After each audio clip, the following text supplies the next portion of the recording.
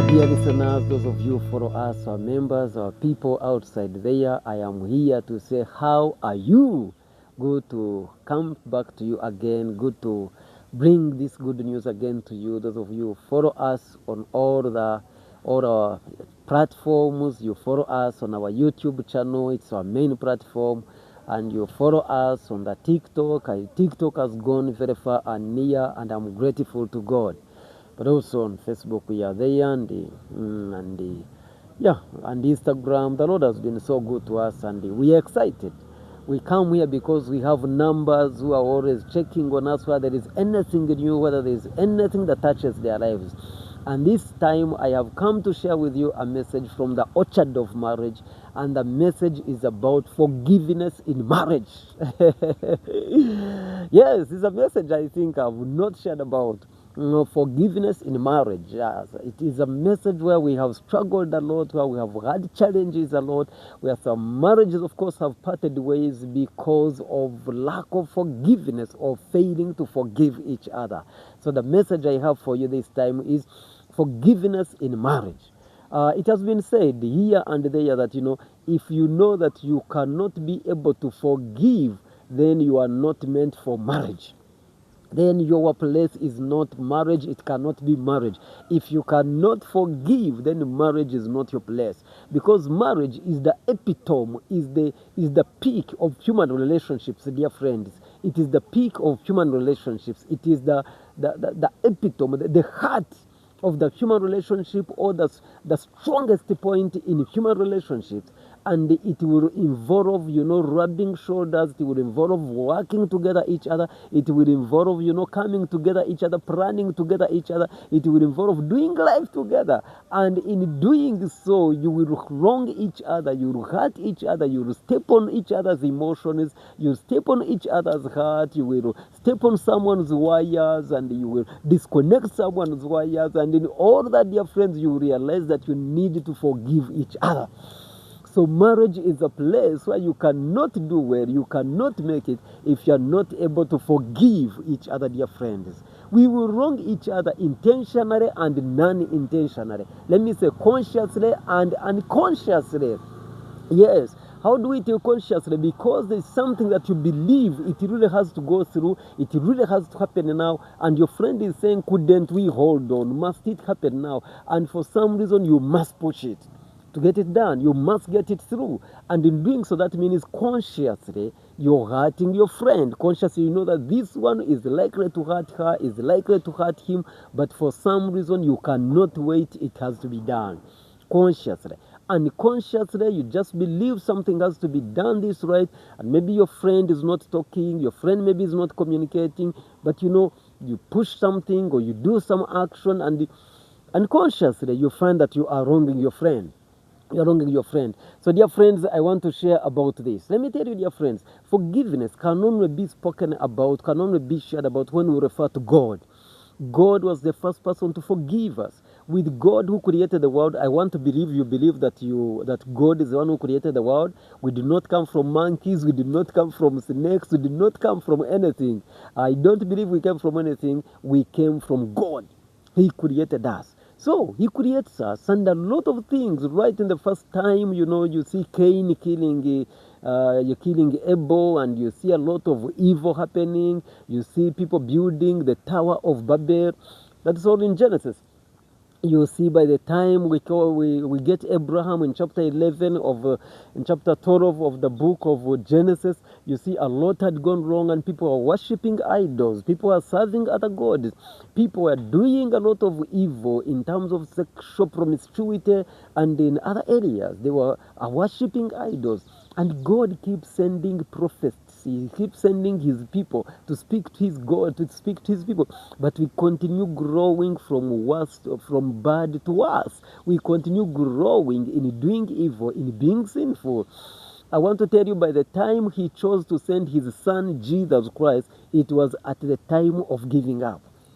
It was at the time where nothing else could work. It was at the time I could say God had run out of all possible solutions to save the humankind. Yes, to forgive humankind and save him.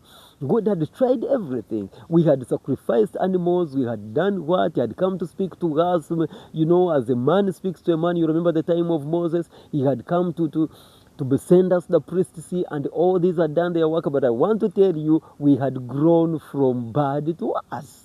Yes, that's why you realize between the New Testament and the Old Testament and the New Testament, there's an open page, and your theologians have an explanation for that. An open paper, when you get a hard copy Bible between the Old Testament and the New Testament, because we were beginning a new era now of God coming down to man in his own likeness on his Son Jesus Christ. He sends his Son Jesus Christ, and he comes to die for us, dear friends. So I want to tell you, dear friends, forgiveness has to connect with God. If you don't know how God forgave us, of how wicked and evil and sinful we were for God to forgive us, you may not be able to forgive your spouse. To forgive your spouse. Yes, your spouse has not yet sinned so much more than humankind had sinned against God. Humankind had sacrificed their own children. Do you know burning your own children on fire as a matter of sacrifice, or killing your own child as a matter of sacrifice? People had done that. People had worshipped stones, they're worshipping trees and calling them their God. People are worshipping animals, they're worshipping snakes, like they still do. Some of them still do up to now. But I want to tell you, dear friends, all of those who are not able to, were not able to save us. I want to tell you, dear friends, in that worst situation where we were, sacrificing our own children, not going to the temple to worship God, not really believing in God at all, believing that we can do life on our own, God realizes the only thing he had to do is to send his own Son to save us. Now, this is the message, dear friends. Even before I go very far, I want to speak to you that at one point or now, the situation you are going in, when there is an event, an issue of unforgiveness in your marriage, one of you has to give their own son. One of you has to give their own son to redeem this marriage. To redeem this marriage, dear friends. How do you give your own son? You have to give your best. You have to give that one which you could not give at any point or to give to anyone. You need to give it for you, to forgive each other. When I'm talking to forgive each other, dear friends, there are a lot of things that have happened in our marriages that need serious forgiveness. Serious forgiveness. There are events that happen maybe at your wedding, and now it is 10, 20 years of marriage, but they still haunt you. They still endanger you. They still, they still follow you up, and they still, disorganize you. They still give you bad memories, and you feel heavy in your heart. Some of these things, maybe they could even have happened recently, and you still carry a heavy heart. You carry a heavy heart, you carry unforgiveness, and you feel, what is this? You don't live a free life. You're not freed at all. You are not living a life of peace. You are not peaceful at all. You're struggling with your friends. And that is what we are talking about, that yes, you need forgiveness in your marriage. You need forgiveness in your marriage. You want to recall, dear friends, that yes, that's at the time when God came to us and came to save us, that, we need to forgive each other. You need to forgive each other. You need to send your own son.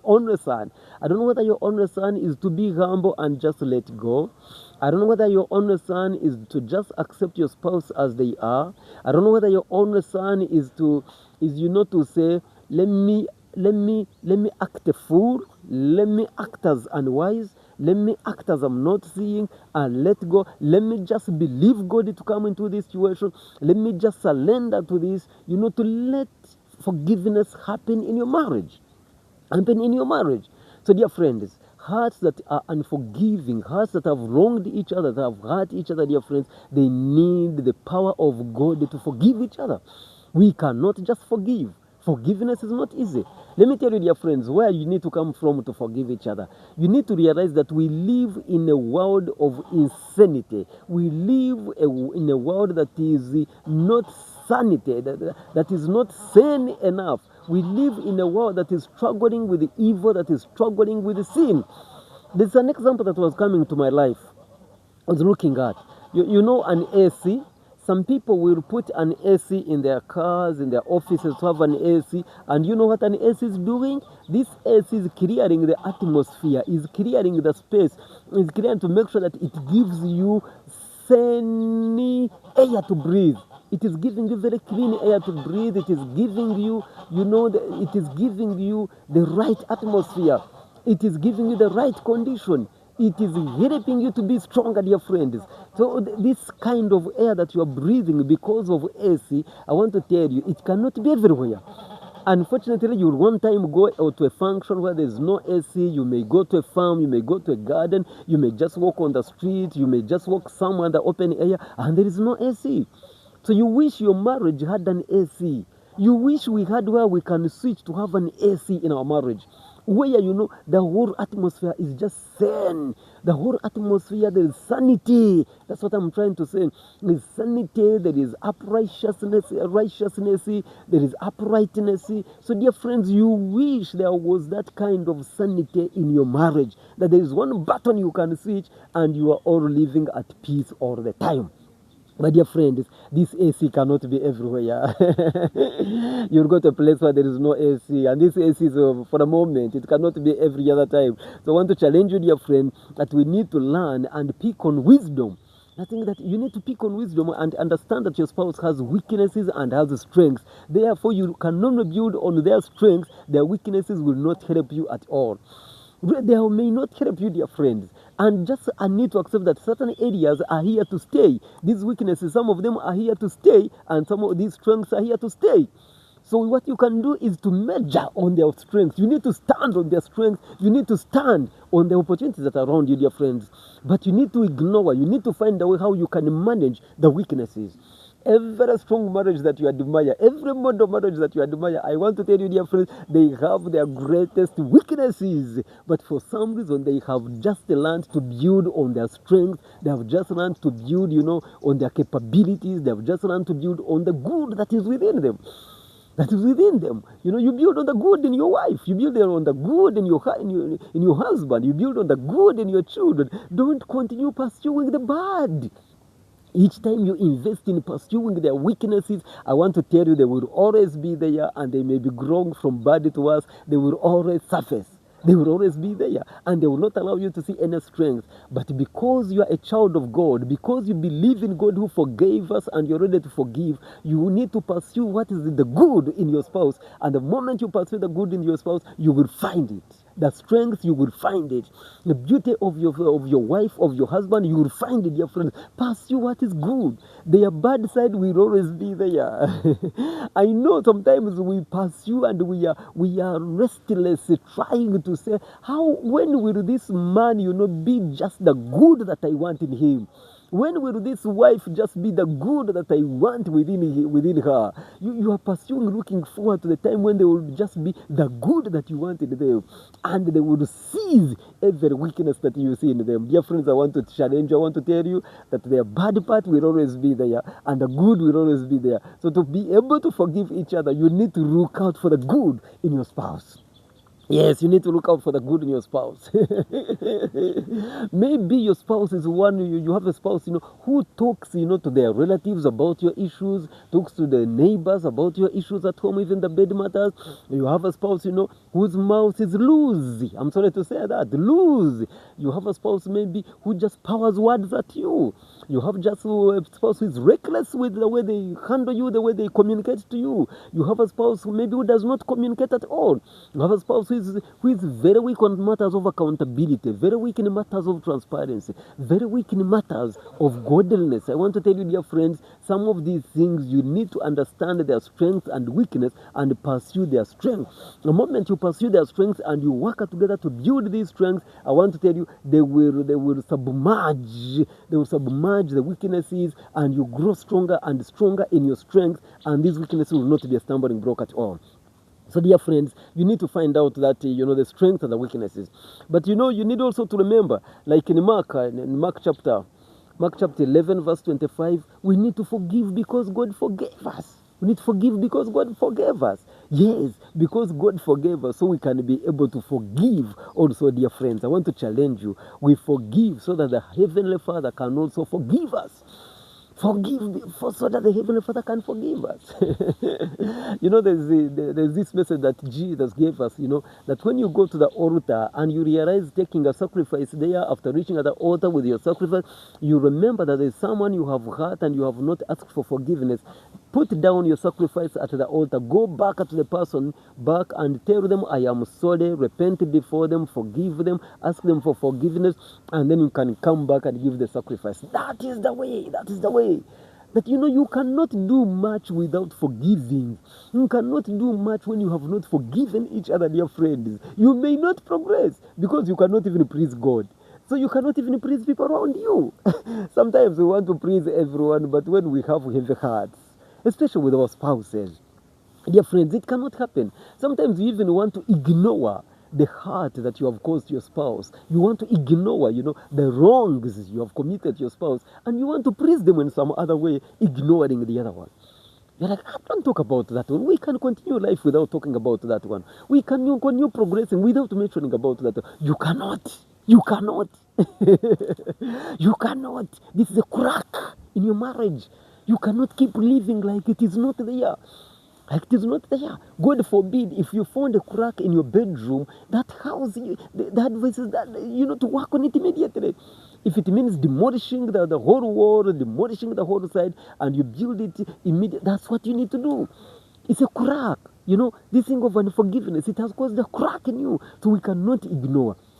But also, remember what Jesus said when he was at the cross, dear friends. Luke chapter 23, I think around verse 34, he said, forgive them, for they do not know what they are doing. At some point, you may need to take that direction, to just forgive your friend, because what you are pursuing is bigger and they cannot see it at the moment. They cannot see it at the moment. Dear friends, one thing that helps us to forgive is because of what we have foreseen, because of the bigger plan that we have, because of what we are focusing on, dear friends. Let me tell you, let me try to think of God. I'm sorry if it hurts some of you, if it is wrong for some of you. I think God, he had to forgive humankind because his plan with humankind, his relationship with humankind was a long-term one. Was taking them very far. Was something to cost him anything, because his relationship with the human beings, it was for a long time, so he had to forgive. So sometimes in your marriage, you need to forgive because what you are foreseeing ahead, the kind of life you are seeing yourself with your spouse, is something of a long term, is something bigger than this thing that you're fighting about. Yes, you need to learn it from that, dear friends.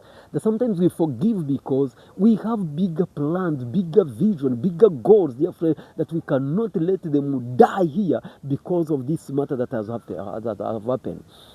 Maybe you have a spouse, a man, especially men who just walk in with shoes in the house, on your tiles, on your carpet, and they just walk in with the shoes. Dear friend, that should not break your marriage. You have a bigger plan for your marriage. You have a bigger kind of life to pursue. So, dear friend, that one should not. You should not, dear friends. Maybe you gave them they never count for their salary.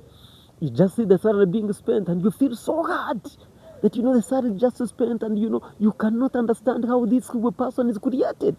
Dear friends, I want to tell you, you need to find a space in your heart to forgive what has happened. What has happened, dear friends? So God forgave, so we can be able to forgive. They sin against you, and we also have so many scriptures that can help us, dear friends, that we need to forgive because it will keep happening. The disciples asked Jesus, how many times should we forgive? I think is it also Luke 17. How many times should we forgive? And Jesus was very clear. Forgive, even if it means 7 times a day, even if it means 7 times 7. 7 times 70. Forgive, because we are to error. We err. We live in a world that is of insanity. We live in an era that is not upright. We have moral degeneration, dear friends. Now we have a lot of social media. We listen to this and the other. We have this kind of ego that we must pursue. We have kind of the woman emancipation that is here to stay, dear friends. So that kind of move, all of them, they are likely to bring a lot of dirt. They are likely to bring a lot of evil. They are likely to step on your toes. They are likely, to step on you. They are likely to cause you trouble, to hurt your heart. But dear friends, I want to challenge you. We need to keep forgiving, and forgiving is the life to go. Forgiving is the life to God, dear friends. Forgive each other. And let not your spouse be the only one who is always forgiving. You also come out and forgive. This thing works better when it comes from a two-way side. This one had where he forgave you. This one has a way where he forgave you. So you are able to forgive each other, dear friends, and to manage each other. So, but also I want to challenge us, dear friends, that we need in this journey to separate the marriage. I will keep repeating it. I've said it in several clips here and several messages. We need to separate a marriage from the two of us. We need to separate our marriage from the two of us. Yes, you are married to Emma, but also there is a marriage that you are in. You are in a marriage, So let us keep pursuing this marriage. Let us make sure this structure of marriage, this system of the marriage stands strong even when we may be having challenges amongst ourselves. Yes, amongst ourselves. So sometimes we have had to hang in, we have had to forgive, we have had, to pursue, to continue pursuing, to let go, because what we are in is bigger than just your spouse who is before you. Our marriage, so those of you who went for the wedding, your wedding brought every dignitary, your wedding brought every relative, your wedding brought the church leaders, your wedding brought all the local council leaders, your wedding brought all the government leaders, your wedding brought all the different clans to come at your wedding and witness at your reception and witness what kind of relationship you are coming in. So that's what I'm telling you, that your marriage is bigger than just your spouse. Hopefully you understand. Just your spouse, dear friend. So I want to request you that we continue to pursue this, we continue to find this, because we have something bigger that we need to pursue. But also, dear friends, we have a destiny to pursue. You and I who know God, we know that our life is not ending on this earth. Our life is going to eternity. We are just crossing over when we are dying, and we are going to eternity. So our issues in our marriage should not hamper, should not destroy our destiny. And it has potential. It has potential. Because when you have unforgiveness is sin. Unforgiveness is sin against God. Refusing to accept forgiveness, therefore, is sin against God. And that one is, blocking your way to your destiny. And some of us are very passionate about our destinies. I accepted the Lord as my Savior, so I have a destiny to rest in peace, to be in eternal life with Him, to live with Him eternally. So, dear friends, you need to pursue that, and you need to refuse anything that can hamper, that can destroy your destiny. So, dear friends, that is something that I have for you, and you need to accept, that this life we are living in, we will have issues, we will have trouble, but we need to stand strong. And remember, one of the reasons why we refuse to forgive each other, when you read this, 1 Corinthians, I think, chapter 10, verse 12, if any of you thinks that they are standing firm, let them be careful so that they do not fall. That's one of the reasons why sometimes we don't forgive. One of us is proud. As a matter of fact, it is pride that makes us not forgive, that makes us even refuse forgiveness. Pride, yes. This is why you think of yourself higher. You think yourself you're at 100% and your spouse maybe is at 20%. Or your spouse is in the negative. For you've done everything. You hear some people telling you that, I have done 100% plus one, but my spouse has let me down. Is that true?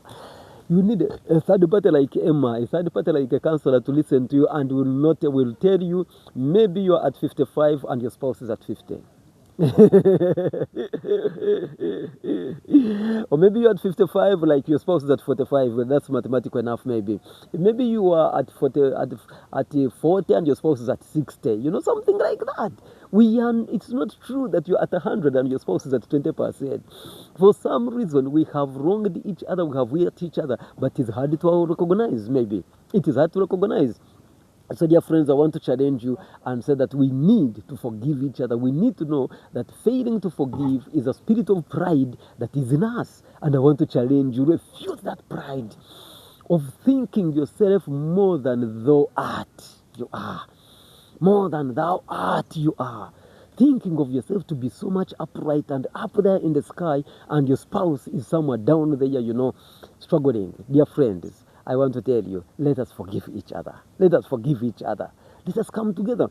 Let me tell you, where am I coming from? Myself, I'm a person who was born by my parents when they were not yet married. And, to cut the story short, I was brought up by my maternal grandmother, and she did everything. My parents were alive, some were married here and there. And I grew up there struggling, had a lot of issues, no school fees, no enough school fees, uniform was a struggle, you're putting on uniform, a lot of challenges and the struggle that we came up through. But I want to tell you, dear friends, to cut the story short, at my wedding, all my parents were brought together, and I had to give each of them cake to this parent, cake to this parent, cake to this side. Cake. You needed to be at my wedding and see how cakes are going from this family to this family to this family to this family to this family to this family, and bringing us together. And I've never looked back at, dear friends. We are born again. I am a child of God. I am saved. This thing of, not brought up by my parents, not brought up properly, dear friends, cannot hamper me, cannot stumble me in my destiny. I must continue pursuing my destiny. And right now, my mother passed on some time back, but we had relationship with my father.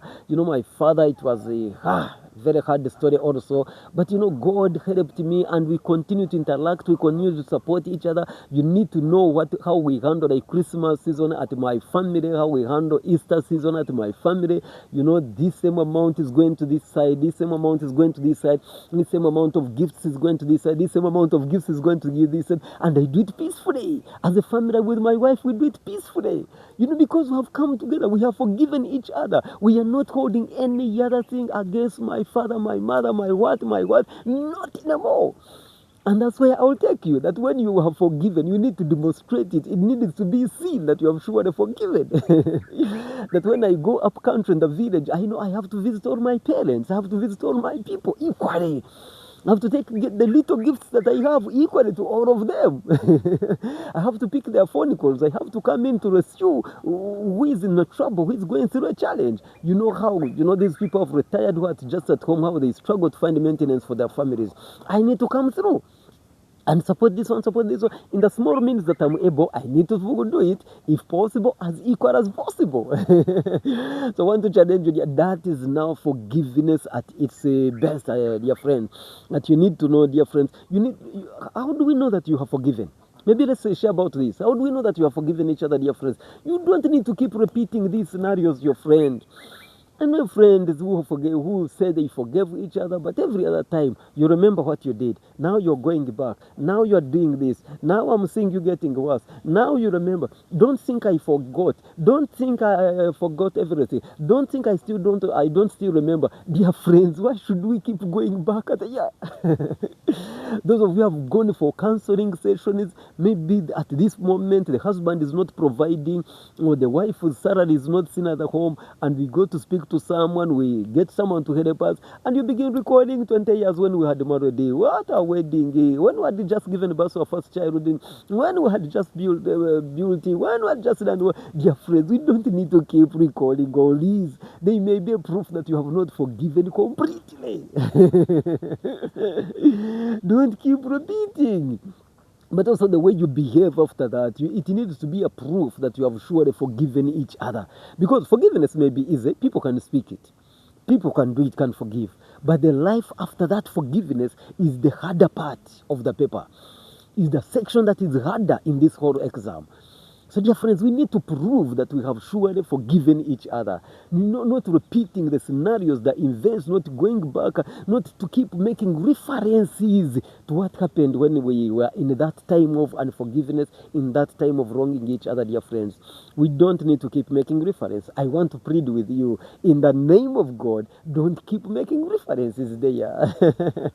It's a proof that someone has not forgiven. Someone still is haunted. Someone is still haunted, dear friends. And also, has your life become stronger? After some of you may need to forgive each other bigger things. Maybe your spouse went out and slept outside there, and you need to forgive something as big as that. Maybe your spouse gave you witchcraft at some point, or poison at some point, and wanted to finish your life, and you need to forgive something. I'm talking of some of those extreme cases. You need also to bring them on board. I am also referring to those. Maybe your spouse has been in boozing and comes late in the night, or through your marriage, like the past 10 years, your spouse boozes and comes home when he's drunk, and you have had to sustain this kind of relationship when your spouse is coming past 3 a.m.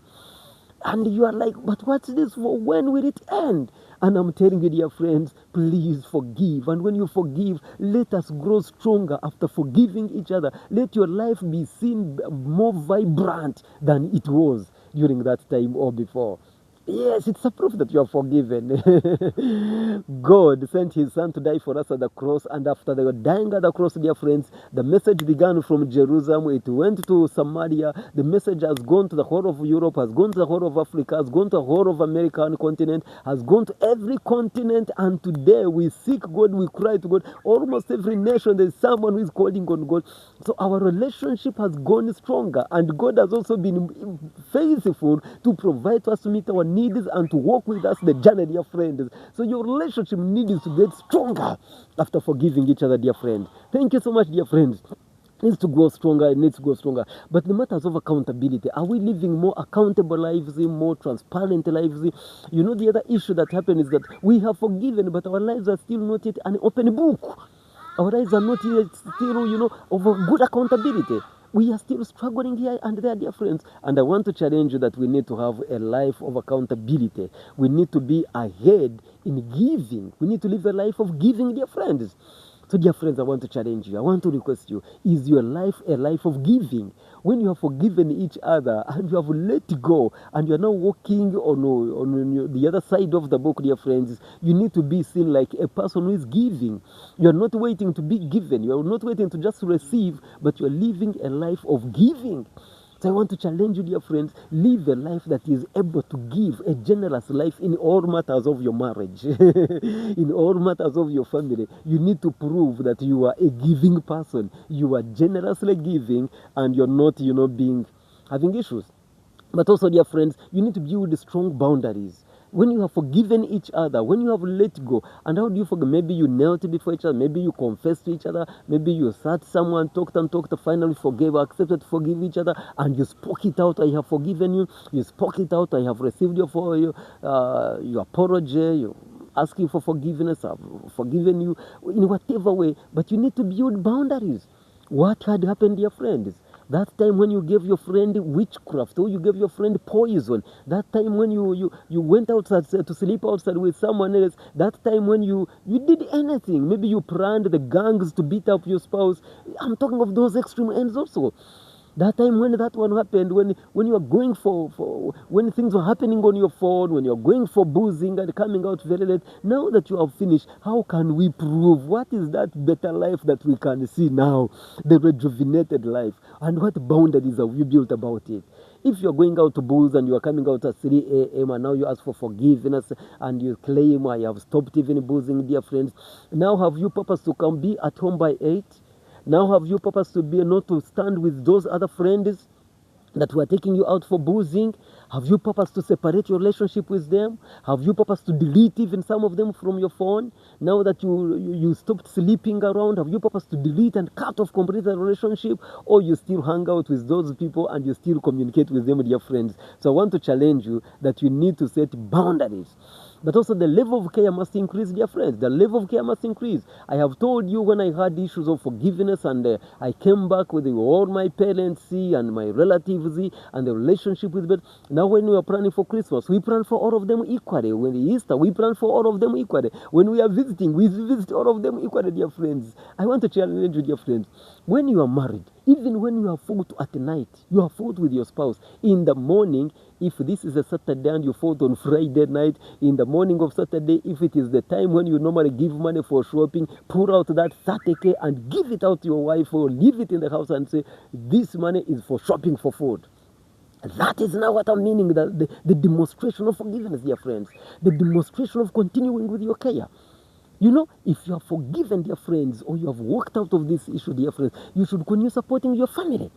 You should continue to pay your fees. Walk out in the morning and go and sign that loan for the fees for your children. Because, this is bigger than just what you're fighting about. Go and pay your fees for your children. Go and take your children to church. Come together and pray and call on God, dear friends. Pray together. Prayer sometimes Someone used to say it's hypocrisy, but for me, I understand it in a different way. That, even when we have wronged each other, even when we have had issues with each other, dear friends, we need to pray. Why and how? Because prayer is built up. Prayer is built up slowly by slowly. Prayer is not an instant thing, and prayer, you cannot determine that God hears only this kind of prayer. No, pray at all times. Me, I grew up in prayer. There's sometimes when I'm very low in prayer, there's sometimes when I'm high, but even when I'm low, I'll come up slowly by slowly, and I'll find myself, in a very healthy relationship with God. So pray, dear friends. Don't turn down prayer because we have this issue, because we need to prove that we have forgiven each other. Is someone sick at your home and having a health complication, you need to keep supporting each other. For some reason, unfortunately, during the time when you have not forgiven each other, when you are struggling, that's when you have health complications. That's when your spouse is likely to get a health complication and needs your support, needs your forgiveness, needs you to stand by their side. Prove this forgiveness life that you have surely forgiven each other, dear friend. But also your mind and your memories, they need to be freed of these wrong emotions. This thing of each time I think about that scenario, I cry. No. You need to cross over from that. Each time I think of this, I find myself mourning, I find myself down. No. You need to walk over to prove that your life is now freed and now free and okay. Yes. Your emotions and your minds do not need to keep in bondage. You keep remembering those things and you're downcast. You have no energy to wake up from your bed. You have no energy to have love, to make love with your spouse. Dear friends, we need to prove that we have forgiven and we walk a life of freedom. We walk a life of peace and life. May you pursue that, dear friends. May you cherish that, dear friends, that your life demonstrates that you have forgiven your friend and your friend has forgiven you. This life is ending soon. We can't tell how long you are here, how long you and I we are here. Let us not live in a life of hurt and wrongs and, miserable life. Let's live a life of peace, of freedom. Let's live a life of righteousness, because soon we are ending this life and we are crossing over to the next life. And the next life, the life you have lived here, determines where you cross over to. Determines where you cross over to. Forgiveness. What is that your spouse has done and you cannot forgive? What is that, dear friend? Did they speak to you a very harsh word? Did they rebuke you so badly and your manhood, you felt it was dying? Did they step on you and you felt the woman in you was being crushed so badly? Forgive. Forgive. In the name of God, I want to request you to forgive. In the name of God, I want to request you to forgive. It may have taken you years. Maybe you have even reduced your size, you have cut down your size, you no longer have appetite for food, maybe you no longer have appetite to go to even your home, you no longer have appetite to make love with your wife or with your spouse. I want to tell you, forgive is the medicine. Forgive is the medicine. They say failing to forgive is, holding poison and you expect the other person to die. I want to request you, forgive. That's the message. And Jesus, God says, John chapter 3 verse 16, for so God loved the world that he gave his only son, that whoever believes in him shall be saved. And the next verse tells us that, for God did not send his son to condemn the world. God did not send the world his son to condemn the world, but to forgive us. So I want to challenge you, dear friends, forgive for you to have peace with one another. Without forgiveness, your life will dwindle, your life will grow down, and it will go down to your children, it will go down to the generations, and you'll not benefit anything. Your destiny will be crushed, your developments will be crushed. This unforgiveness thing can crush everything. But when you forgive, I want to tell you, life will be good, life will be well. Nice time, live a life of forgiveness.